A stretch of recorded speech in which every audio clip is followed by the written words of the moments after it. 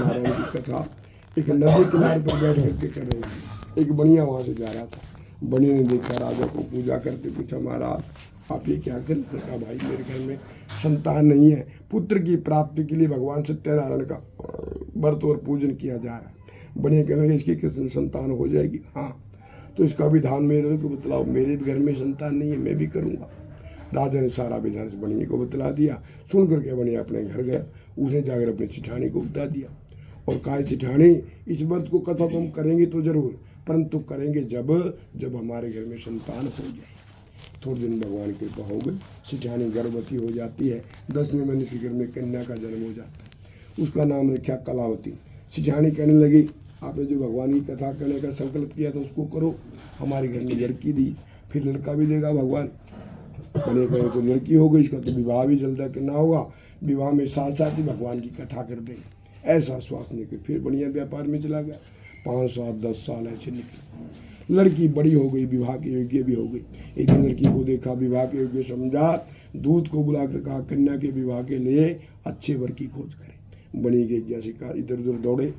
एक ने लड़का मिल गया सुंदर, संतुष्ट विधि के अनुकूल अपने कन्या का विवाह तो बनी ने कर दिया, परंतु भगवान की कथा करना भूल जाते, जिससे भगवान रुष्ट हो गए।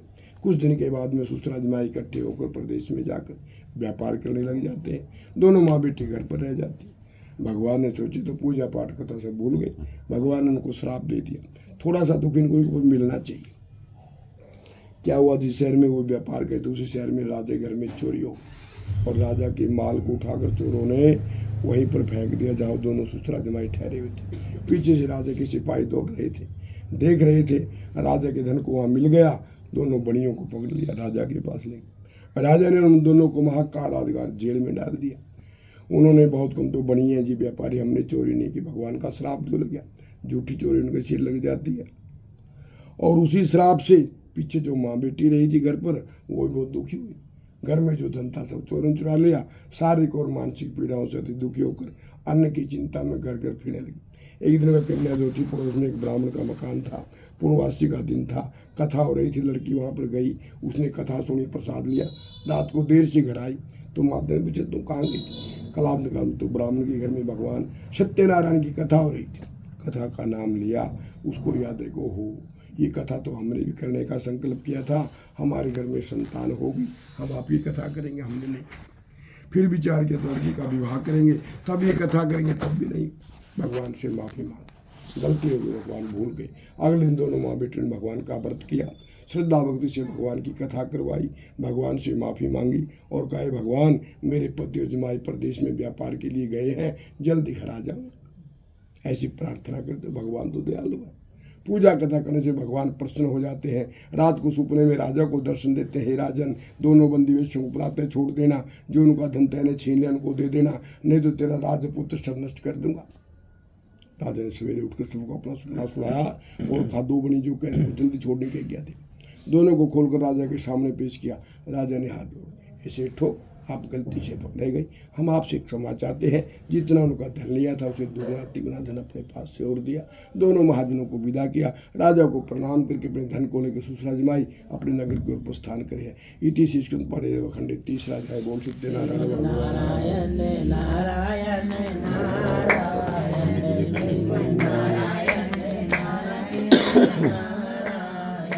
लक्ष्मी नारायण नारायण नारायण श्रीमन नारायण नारायण नारायण ओम नारायण नारायण नारायण।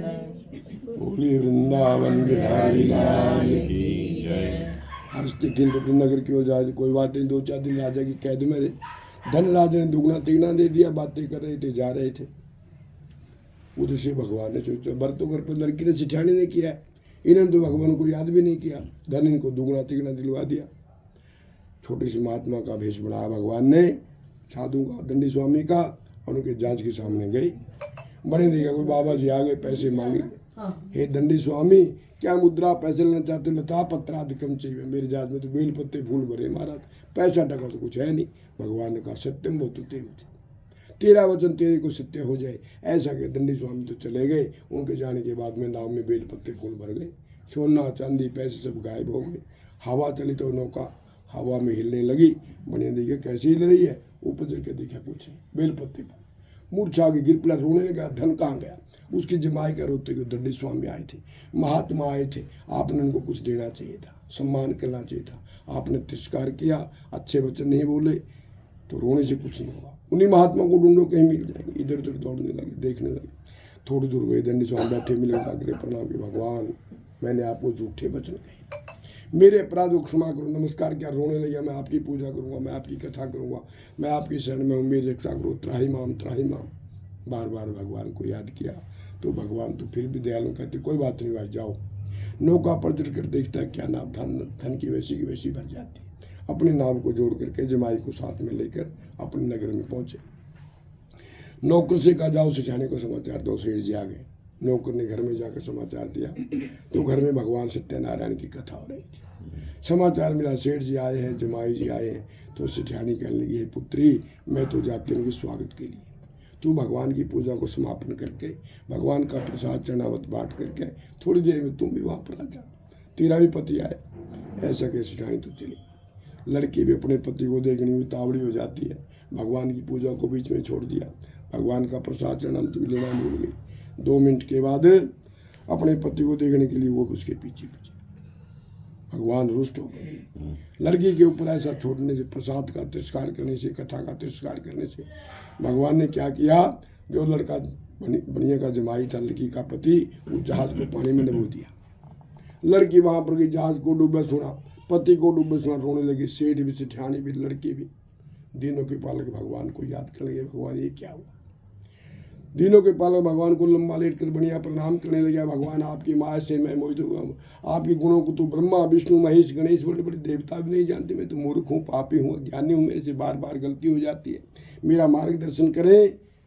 बार बार जब भगवान को याद किया तो भगवान आकाशवाणी द्वारा कहते, तेरी कन्या भगवान की पूजा को छोड़कर, भगवान के प्रसाद को छोड़कर के पति को देखने के लिए चली आई, इसलिए इसका पति अदृश्य है। अगर घर पर जाकर श्रद्धा भक्ति से भगवान की कथा पूजा करके प्रसाद लेकर आएगी, इसका पति इसको मिल जाए। ऐसे आकाशवाणी सुनने कन्या झटपट से वापिस घर गई। श्रद्धा भक्ति से भगवान की पूजा करी, प्रसाद लिया, चरणामृत लिया, वापिस फिर वहां पर आई। अपने पति को राजी खुशी वहां पर पाया। लड़की अपने पिता के पास गई, अपने पति के पास गई, अपने धन को, लड़की को, जमाई को ले अपने घर जाते हैं। हर महीने घर में भगवान सत्यनारायण की कथा और पूजा करने लगे। इस संसार में सुख से जीते हैं, मरने के बाद सबके सत्य लोग को प्राप्त हो जाते हैं। इति से पाने में चतुर्थ हो जाए। बोल सत्यनारायण की जय। लक्ष्मी नारायण नारायण नारायण, बद्री नारायण नारायण नारायण, लक्ष्मी नारायण नारायण नारायण, श्रीमन नारायण नारायण नारायण। वो लक्ष्मीपति विष्णु भगवान की जय। चौथे जन्म कहते हैं तोंगध्वज नाम के राजा हुए। उन्होंने भी एक बार भगवान के प्रसाद को त्याग दिया था। राजा ने बहुत दुख पाया था। कहता तोंगध्वज एक बार जंगल में शिकार खेलने जाते हैं, दोपहर को थक जाते हैं, बड़ के पेड़ के नीचे विश्राम कर रहे थे, और उसी बड़ के पेड़ के नीचे गायों को भैंसों को चराने वाले जो बच्चे होते हैं ग्वाले, वहाँ पर भगवान सत्यनारायण की कथा कर रहे थे। राजा ने दूर से देखा, नमस्कार प्रणाम कुछ नहीं किया। थोड़ी देर बच्चों की कथा संपन्न हुई। बच्चों ने भगवान को भोग लगा, प्रसाद बांटने लगे। वो राजा को प्रसाद देने के लिए गए बच्चे, तो राजा ने इस प्रसाद को नहीं लिया। सोचे नीच जाति के बच्चे तो राजा है, इनके हाथ का प्रसाद तो राजा है, ऐसा अभिमान हो जाता। राजा घोड़े पर चढ़कर घर चल दिया। भगवान रुष्ट हो गए राजा के ऊपर, और घर में जितने बच्चे सभी बीमार हो जाते हैं। जैसे राजा घर पर पहुंचा, समाचार मिला वो बच्चा बीमार, वो बच्चा बीमार, वो है। एक साथ सभी बच्चे बीमार। विचार करने लगा कोई गलत काम तो हमने नहीं किया। सोचते सोचते ध्यान में, ओहो, जंगल में बच्चे भगवान की कथा कर रहे थे, भगवान की पूजा हो रही थी, भगवान का प्रसाद बट रहा था। हमने तो भगवान को नमस्कार भी नहीं किया, प्रसाद भी नहीं लिया। गलानी हुई। दोबारा फिर घोड़े पर चढ़ करके राजा उसी जंगल में जाता है, उन बच्चों को इकट्ठा करता है, उनके साथ में बैठकर भगवान सत्यनारायण की कथा करवाता है। उन बच्चों के हाथ का दिया प्रसाद ग्रहण करता है, तो राजा दोबारा फिर धनवान और पुत्रवान हो जाता है। इस संसार में सुख से जीता है, मरने पर वैकुंठ को प्राप्त हो जाता है। जो परम दुर्लभ सत्यनारायण भगवान के व्रत की कथा को श्रद्धा भक्ति से सुनता है, सुनाता है, धनेश्वरी प्राप्त हो जाता है, निर्धन को धन मिल जाता है, बंदी का बंधन छूट जाता है। इसमें संदेह नहीं, कोई भी मनोकामना करके जो कार्य करते हैं भगवान उसकी इच्छा पूर्ण कर देते हैं। जो इसको नित्य पढ़ता है, सुनता है, उनके सब पाप नष्ट हो जाते हैं। जिन्होंने पहले इस व्रत को किया, शास्त्र में सबसे पहले किसने किया? काशी नगरी में एक बूढ़े ब्राह्मण ने। अगले जन्म में सुदामा हुए, भगवान से मित्रता हुई, वैकुंठ को प्राप्त। उसके बाद में लकड़ी बेचने वाले ने किया, अगले जन्म में वो निषाद राज बने, वनवास में निषाद राज ने राम की सेवा करी, वैकुंठ को प्राप्त। उल्कामुख नाम के राजा जो थे, अगले जन्म में महाराज दशरथ बने, राम जी की सेवा करी, वैकुंठ को प्राप्त की। और साधु जो बढ़िया था, अगले जन्म में मोरध्वज बने, जिन्होंने अपने पुत्र को आरे से आता चीर करके भगवान श्री कृष्ण को देख करके वैकुंठ को प्राप्त। महाराज तुंगध्वज स्वयं मनु हुए, भगवान के सभी कर्म करके वैकुंठ को प्राप्त हुए। इति शिष्टपुराणे जवाखंडे पंचमोध्याय। बोल सत्यनारायण श्रीमन्नारायण भजवन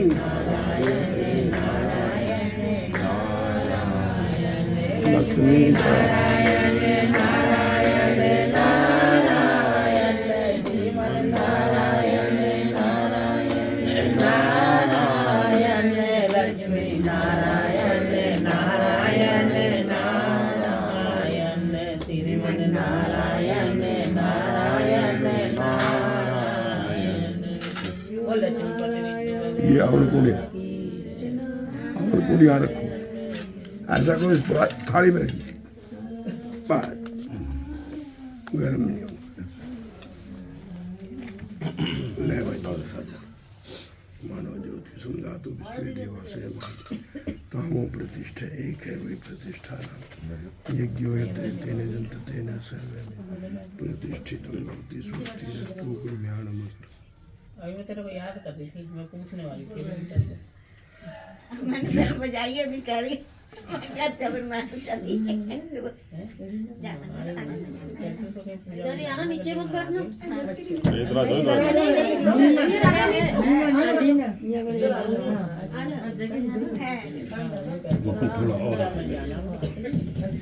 आ गई तो मैं जरूर